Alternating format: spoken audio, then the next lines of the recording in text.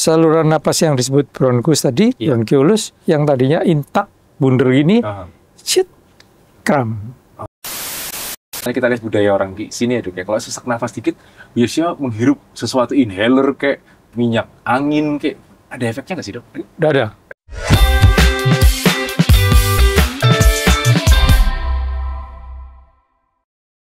Podcast Premier kembali lagi. Kali ini kita akan membahas tentang sesuatu yang namanya adalah PPOK. Penyakit paru obstruktif kronis.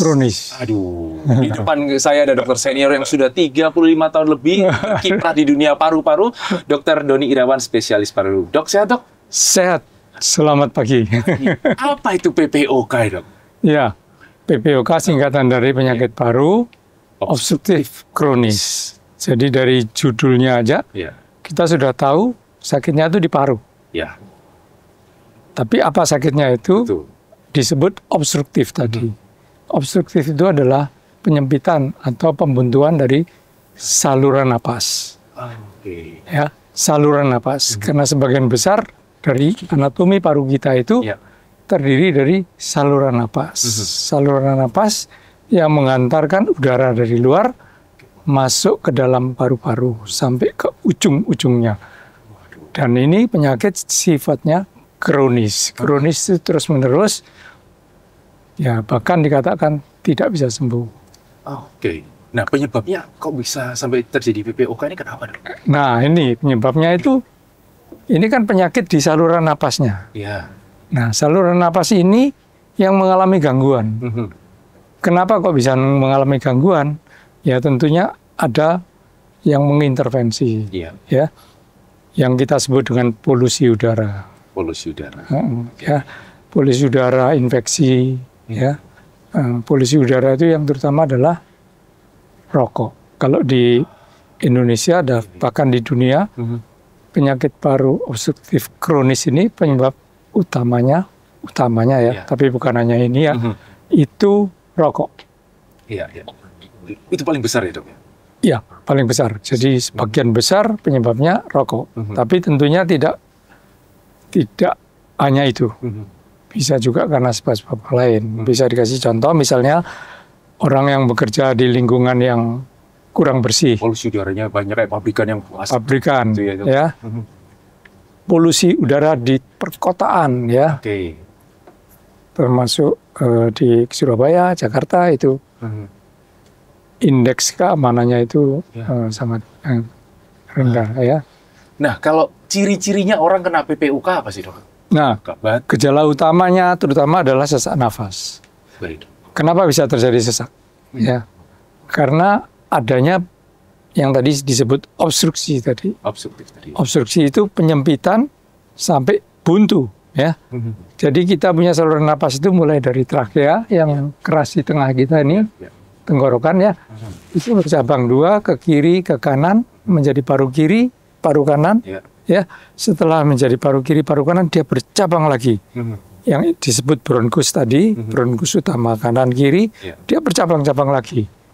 Paru kiri paru kanan besarnya tidak sama tapi isinya sama, mirip, ya. Itu bercabang lagi, setelah bercabang bronkus cabang lagi menjadi bronkiolus. Itu jadi mulai besar, tanggung, sampai kecil, sampai akhirnya di ujung-ujung sekali itu ada yang disebut gelembung udara yang disebut dengan alveoli. Pernah dengar ya alveoli, ya? Alveoli itu di sana terjadi pertukaran gas oksigen. O2 ke CO2 itu ya, Dok? CO2 diambil, O2 masuk. Nah, kenapa dia bisa disesak? Karena kekurangan udara yang masuk sampai ke alveoli tadi, ya. Orang itu menjadi, kalau kekurangan udara menjadi lemes, menjadi dia harus refleksnya itu keluar untuk menarik napas. Berat untuk menariknya itu ya, Dok? Jadi dia harus berulang-ulang untuk mencukupi kebutuhan oksigen. Terutama pada saat dia beraktivitas. Ya, itu makanya ada nanti derajat-derajat daripada penyakit PPOK, mulai dari ringan sampai berat. Kalau yang ringan itu dia nggak ngapa-ngapain seperti kita duduk-duduk gini, dia PPOK tidak merasa sakit. Iya, kayak orang normal. Kayak orang normal. Tapi kalau dia beraktivitas, misalnya jalan cepat, jalan-jalan yang naik sepeda, olahraga itu yang sebaya dengan kita, itu nggak apa-apa. Dia sudah capek, nggak kuat, ya. Nah, itu yang disebut dengan kekurangan oksigen tadi. Kalau saya sedikit potong, Dok, bedanya dengan asma gimana, Dok? Nah, kalau asma itu sama sesaknya. Sesak nafasnya, ya. Tapi dia tidak permanen, tidak terus-menerus. Ya. Timbulnya juga tidak terus-menerus, hanya karena alergi. Pematik tertentu ya, Dok? Ya, karena alergi terhadap sesuatu, dia timbul suatu reaksi, saluran napas yang disebut bronkus tadi, bronkiolus, yang tadinya intak, bunder ini, kram. Oh, ini kayak sedotan yang murah yang kempes gitu, Dok, ya? Bukan kempes, tapi mengecil. Mengecil, ya? Konstriksi. Ya, konstriksi, ya. Jadi ini oksigennya juga kurang. Oke. Tergantung derajatnya juga. Ringan, sedang, berat. Oh, sama juga kayak PPOK ya? Tapi nanti kalau diobati, dia set kembali. Tapi PPOK ini tidak kembali. Waduh. Jadi ketika gejalanya ringan, tidak kelihatan apa-apa. Ya, karena gini, anggap aja ringan, segini ya. Dia gejalanya ringan tuh belum terasa dia. Tapi karena sesuatu hal, ya infeksi, karena paparan-paparan yang lain, ya ini menjadi lebih kecil lagi karena ada pembengkakan di juga ya. Tapi nanti ini kalau diobati dia kembali, tapi kembali ke sebelum sakit. Iya. Tapi kembali ke normal seperti yang tadi temannya yang berolahraga sama dia itu. Never. Nggak pernah ya? Nggak pernah, ya. Nah, cuma jeleknya, setiap kali dia timbul serangan, yang tadinya mengecil segini, dia dapat serangan lagi, sembuh, dia tidak kembali ke sini lagi. Agak berkurang sedikit. Penurunannya. Jadi kalau misalnya terus-teruskan, penurunannya misalnya tambah kecil. Akhirnya tersumbat habis ya, Dok? Tersumbat habis. Jadi itu termasuk PPOK yang jenis berat akhirnya di sini. Kronis ya, kronik itu ada ringan, sedang, berat. Makin sering terjadi yang disebut dengan eksaserbasi. Eksaserbasi itu kekambuhan. Menjadi lebih berat akibat dari penyakit infeksi, merokok terlalu banyak, polusi terlalu banyak. Itu membuat dia eksaserbasi. Polusi kota besar misalnya. Setelah itu akhirnya merokok juga mengakibatkan PPOK semakin parah. Double. Ya. Kalau tiba-tiba saya berhenti, saya berhenti ngerokok nih, apakah resiko PPOK saya langsung hilang? Tidak. Wah, ini hanya berhenti. Dia kerusakan yang timbul berhenti sampai di situ. Jadi damage-nya cuma berkurang persenta, tapi damage-nya masih ada ya, Dok, ya? Jadi itu kalau terjadi PPOK itu sudah permanen. Nah, dengan derajatnya, kamu permanen di berat, di sedang atau di ringan. Kalau permanen di ringan, beruntunglah. Karena dengan olahraga, gizi cukup, mencegah terjadinya infeksi dan lain-lain, dia diharapkan tetap saja segitu. Bukan membaik dulu. Benar. Tetap aja segitu. Tetap ada, tapi paling nggak tidak bertambah lah itu. Itu menarik. Dok, medis mungkin sekarang, tapi banyak orang sekarang muncul alternatif, Dok. Katanya terapi membersihkan paru-paru, terapi memulihkan fungsi paru. Enggak, kalau memulihkan enggak, pasti enggak ya. Tapi kalau terapi vitamin, antioksidan dan sebagainya itu mencegah perburukan lebih parah lagi. Bisa. Tapi memperbaiki nonsen. Never. Gitu. Ya. Jadi kalau misalnya ketika kita sudah terkena PPOK, pengendaliannya gimana, Dok? Supaya kita tidak sampai ke level yang lebih parah lagi. Ya, tentunya berhenti merokok. Ya, itu harus. Kedua, menghindari polusi. Itu polusi di luar rumah atau di dalam rumah. Di dalam rumah juga kadang-kadang rumah kotor loh ya. AC ya. Oh iya tuh. Korden yang lama. Korden lama tidak dicuci, debu. Itu hindari. Perokok pasif juga menghindari suaminya merokok. Dia tidak merokok, dia bisa kena. Ya. Jadi perokok jangan di dalam rumah. Ya. Kalau bisa berhenti. Ya, itu lebih penting tuh. Gitu. Jadi perokok pasif juga punya kecenderungan ya. Jadi orang yang batuk kronis sesak nafas padahal dia nggak ngerokok. Bisa kena. Bisa jadi PPOK-nya karena dia adalah perokok pasif. Jadi orang yang dekat dengan dia. Ya. Jadi kalau bisa itu tadi menghindari itu kebersihan. Misalnya sering cuci tangan. Ya. mau makan cuci tangan, ke WC cuci tangan. Karena penularan penyakit ya, PPOK ditambah infeksi memperberat. Ya, jadi terjadi bronkitis, terjadi pneumonia. Yang sudah ada tadi menjadi berat. Dan susahnya itu tidak kembali seperti 100% lagi. 100%. Dikurangi dengan damage yang terjadi pada saat. Ya, jadi terus ada lagi usaha dari kita adalah vaksinasi. Vaksinasi untuk mencegah supaya kita tidak terkena penyakit. Kalau kena penyakit, sampai terjadi pneumonia, diawali dengan flu jadi pneumonia, ya itu memperburuk.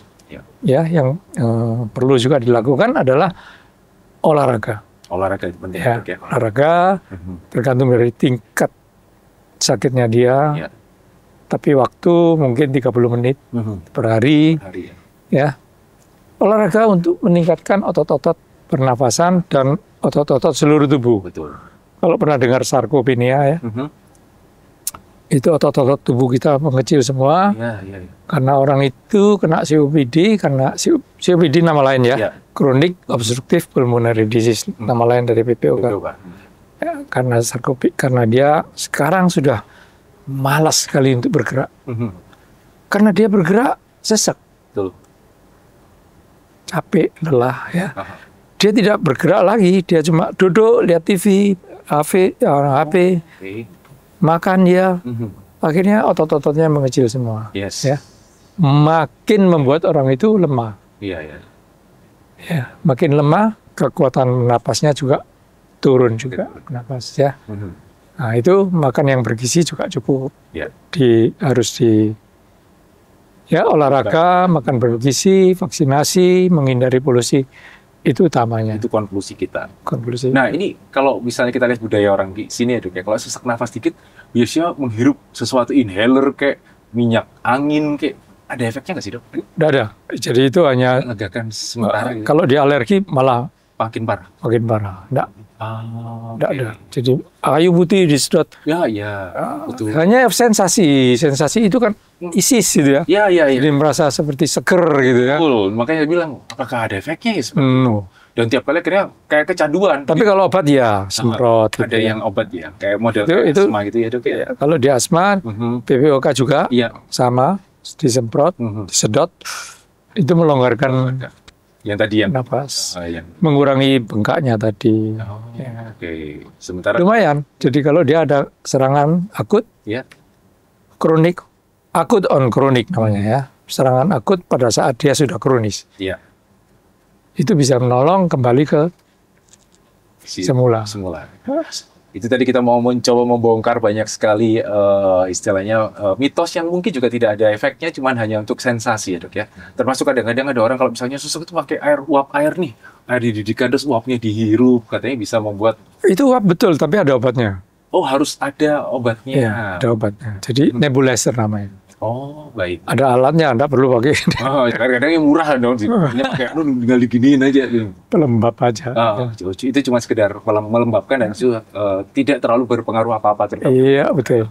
Dan kalau memang sudah terjadi PPOK dan sudah memasuki level-level yang makin parah, bisa datang aja di Rumah Sakit Premier Surabaya dan ketemu Dr. Doni Irawan, spesialis paru, untuk kita cari tahu penjelasannya, kita cari tahu cara terbaik untuk mengatasi dari PPOK. Siap. Dok, terima kasih banyak. Suatu hal yang luar biasa mencerahkan kita semua yang ada di sini. Sobat Premier, demikianlah podcast Premier yang membahas tentang penyakit paru obstruktif kronis bersama Dr. Doni Irawan, spesialis paru. Dan kalau merasa konten ini berharga, konten ini layak untuk kita share aja ke teman-teman yang membutuhkan. Bisa juga tinggalkan jejak di komen, bisa di like dan bisa di subscribe Rumah Sakit Premier Surabaya Hospital, channel kita, supaya kita bisa makin banyak memberikan informasi untuk kita semua yang ada di sini. Akhir kata, Yohanes Albertus, podcast Premier, sign out.